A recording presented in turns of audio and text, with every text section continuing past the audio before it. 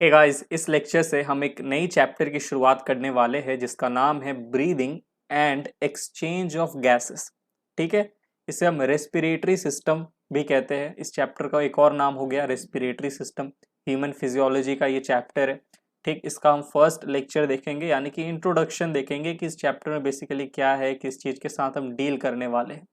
ठीक, NCERT 11th अगर आपके पास नई वाली एनसीईआरटी है तो उसमें तो ये चैप्टर 14 है। ठीक है, चैप्टर 14 के अंदर में दिया गया है इस चैप्टर को। और आपके पास अगर पुरानी वाली एनसीईआरटी है तो इसमें चैप्टर 17 के अंदर आपको मिल जाएगा breathing and exchange of gases. ठीक है, तो बिना कुछ देरी किए इस लेक्चर को शुरू करते हैं। Moving on to the next slide. तो बात करते हैं breathing and exchange of gases की। पहले तो इसका मतलब समझिए। देखिए, ब्रीदिंग का मतलब क्या होता है? सांस लेना, सांस छोड़ना। O2 को आपने अंदर लिया, इनहेलेशन। ठीक है, आपको ऑक्सीजन की ज़रूरत है, हमें पता है, हमें ऑक्सीजन की बहुत ज़्यादा ज़रूरत है। बहुत सारे जो कैटाबॉलिक रिएक्शन होते हैं मेटाबॉलिक प्रोसेसेस में, वो O2 के वजह से ही होते हैं। तो हमें ऑक्सीजन की ज़रूरत है, तो हम एटमॉस्फेयर से ऑक्सीजन लेते हैं। अब बहुत सारा जब कैटाबॉलिक प्रोसेस चलता है हमारे बॉडी में, मैं भी आपको समझाने वाला हूँ, तो उस कैटाबॉलिक प्रोसेस के दौरान CO2 बनता है। और CO2 जो होता है ये टॉक्सिक होता है, हार्मफुल होता है, तो हमें CO2 को बाहर एटमॉस्फेयर में छोड़ना पड़ता है। ठीक है, बाहर एटमॉस्फेयर में भेजना पड़ता है हमारे बॉडी से निकाल कर। तो हम उसे कहते हैं exhalation. Inhalation of O2 and exhalation of CO2, ये हो गया breathing. Breathing is a mechanical process. ठीक है, लंग्स इन्वॉल्व होता है, बहुत ही वाइटल ऑर्गन है हमारे बॉडी का, जो कि ब्रीदिंग में, रेस्पिरेशन में बहुत ही मेजर रोल प्ले करता है। ठीक है, अभी बहुत सारी चीज़ें, बहुत सारा आइडिया है जो आपका क्लियर होने वाला है। जो 7, 8, 9, 10 में बेसिक चीज़ें आप पढ़ते थे, उससे आप एक लेवल ऊपर ही पढ़ोगे, ऑब्वियसली क्लास 11th में हो। ठीक है, तो बहुत सारी नई चीज़ों को जानेंगे, इस चैप्टर को डिटेल में पढ़ेंगे, घबराइएगा नहीं, बस सुनते रहिएगा। ठीक है, तो इनहेलेशन एंड एक्सहेलेशन, इसको हमने कह दिया ब्रीदिंग। अब एक्सचेंज ऑफ गैसेस क्या होता है? देखिए, गैसियस एक्सचेंज, इसमें रोल प्ले करता है एल्वियोलाई, लंग्स के अंदर प्रेजेंट होते हैं। ठीक है, जो एटमोस्फेयर में, बाहर सराउंडिंग में जो O2 है वो हमारे बॉडी में आता है, ब्लड में आता है थ्रू दिस एल्वियोलाई। ठीक है, एल्वियोलाई, एल्वियोलाई में क्या होता है? गैसियस एक्सचेंज हो रहा है। ठीक, और ब्लड में प्रेजेंट जो हमारा CO2 है वो एल्वियोलाई के थ्रू सराउंडिंग यानी कि एटमोस्फेयर में जाता है। तो O2 तो हमारे बॉडी में आया, ब्लड में आया, और CO2 हमारे ब्लड से बाहर गया सराउंडिंग में। तो ये जो गैसियस एक्सचेंज है, CO2 O2 क्या है? गैसेस है। ये जो गैसेस का एक्सचेंज है ये कहाँ पे हो रहा है? एल्वियोलाई में हो रहा है। ठीक है, एल्वियोलाई जो कि लंग्स का एक पार्ट है। जब मैं आपको स्ट्रक्चर ऑफ ह्यूमन लंग्स पढ़ाऊंगा तब वहां पे हम इसके बारे में डिटेल में जानेंगे। अभी तो एक बेसिक आइडिया लीजिए, चैप्टर शुरू हुआ है, ज्यादा टेंशन मत लीजिए। ठीक, धीरे धीरे सारी चीजें समझ में आएगी। तो आई होप यहाँ पे आपको ब्रीदिंग एंड एक्सचेंज यानी कि गैसियस एक्सचेंज ऑफ गैसेस समझ में आया होगा। अब चलिए आगे बढ़ते हैं, moving on to the next slide. अब इस स्लाइड में जो मैं आपको समझाने वाला हूँ ना, वो आपका एनसीईआरटी का जो सबसे पहला पैराग्राफ है इस चैप्टर के अंदर, उस पैराग्राफ को क्लियर कर देगा आपके माइंड में। ठीक है, वो पैराग्राफ आपको एकदम अच्छे से समझ में आ जाएगा। तो चलिए शुरू करते हैं। आपने खाना खाया, इनटेक ऑफ फूड, फूड है। ठीक है, फूड का आप क्या करते हो? बॉडी में डाइजेशन करते हो, डाइजेशन हुआ। ठीक है, डाइजेशन होता है तो बेसिकली फूड क्या है बताओ?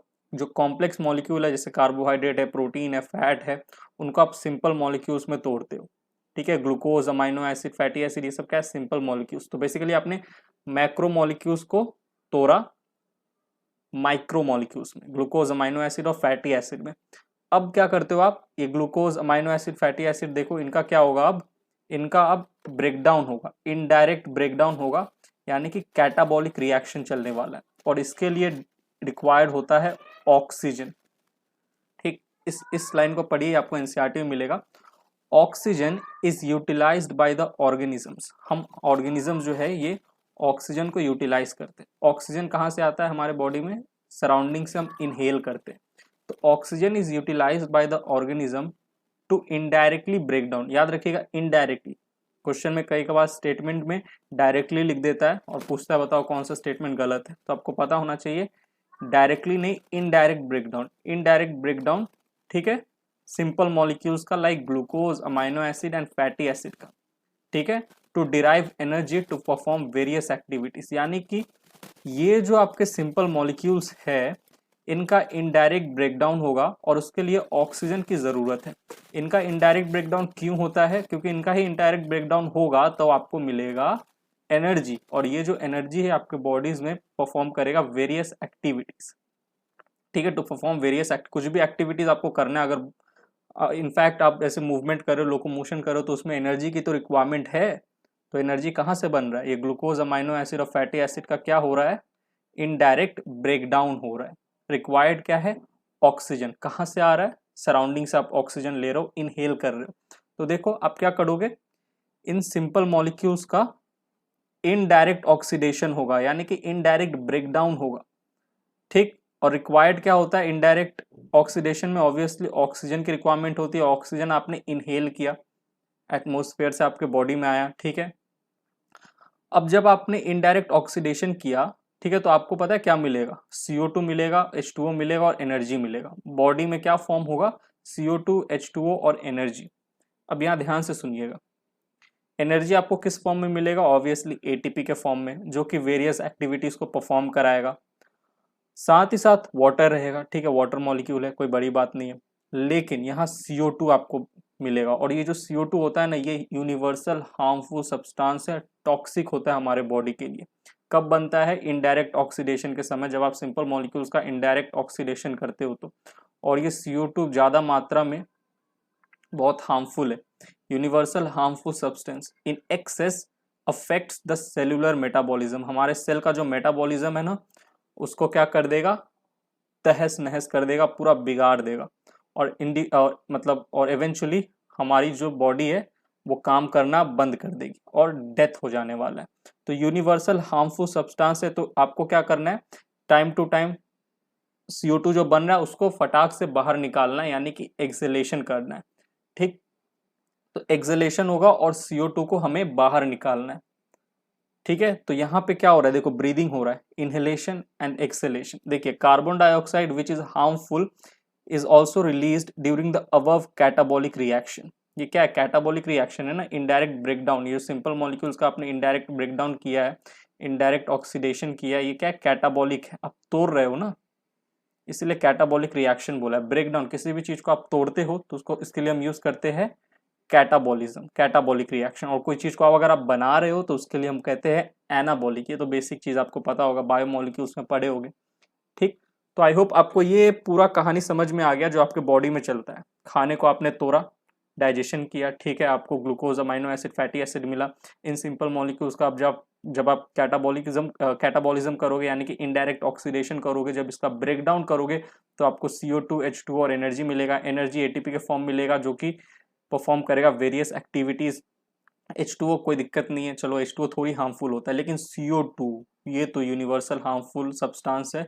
इन excess affects the cellular metabolism. इसीलिए carbon dioxide which is harmful is also released during the above catabolic reaction. ये जो CO2 है इसको आप एक्सेल कर देते हो, रिलीज अपने बॉडी से निकाल देते हो।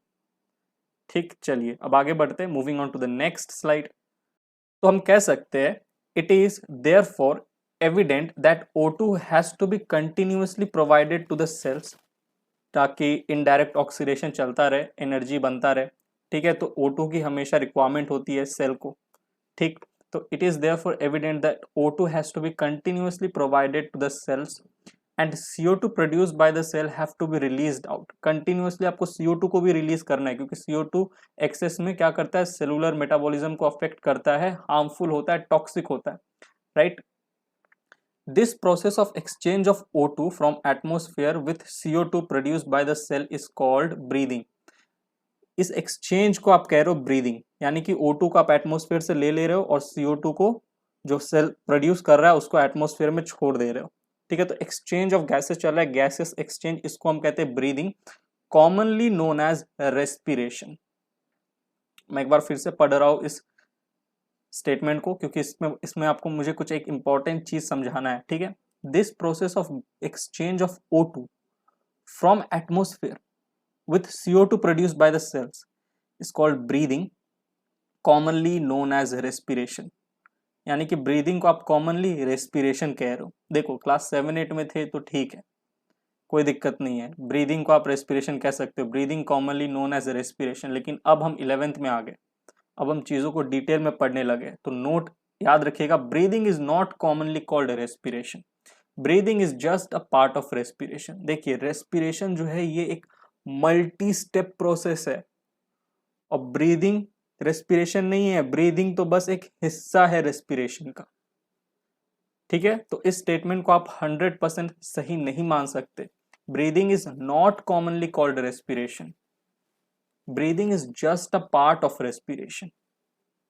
ब्रीदिंग क्या है? इनहेलेशन, O2 को अंदर लिया, CO2 को बाहर छोड़ा, यही बस ब्रीदिंग है। ब्रीदिंग इज नॉट रेस्पिरेशन, बहुत कुछ है। रेस्पिरेशन एक मल्टी स्टेप प्रोसेस है जो मैं आपको भी समझाने वाला हूँ। नेक्स्ट स्लाइड में हम स्टेप्स ऑफ रेस्पिरेशन देखेंगे। ठीक है, आपको पता चलेगा भाई ये ब्रीदिंग रेस्पिरेशन नहीं है, ब्रीदिंग तो बस एक स्टेप है रेस्पिरेशन का। तो अब आप बड़े हो गए हो, क्लास 11th में आ गए हो, तो कभी आप आपके कोई सिबलिंग्स होंगे, छोटा भाई या छोटी बहन होगी, वो 7-8 में पढ़ रही होगी, तो आपको समझ में आ जाएगा कि रेस्पिरेशन में 7-8 में तो कुछ और पढ़ाते, होता रेस्पिरेशन कुछ और है।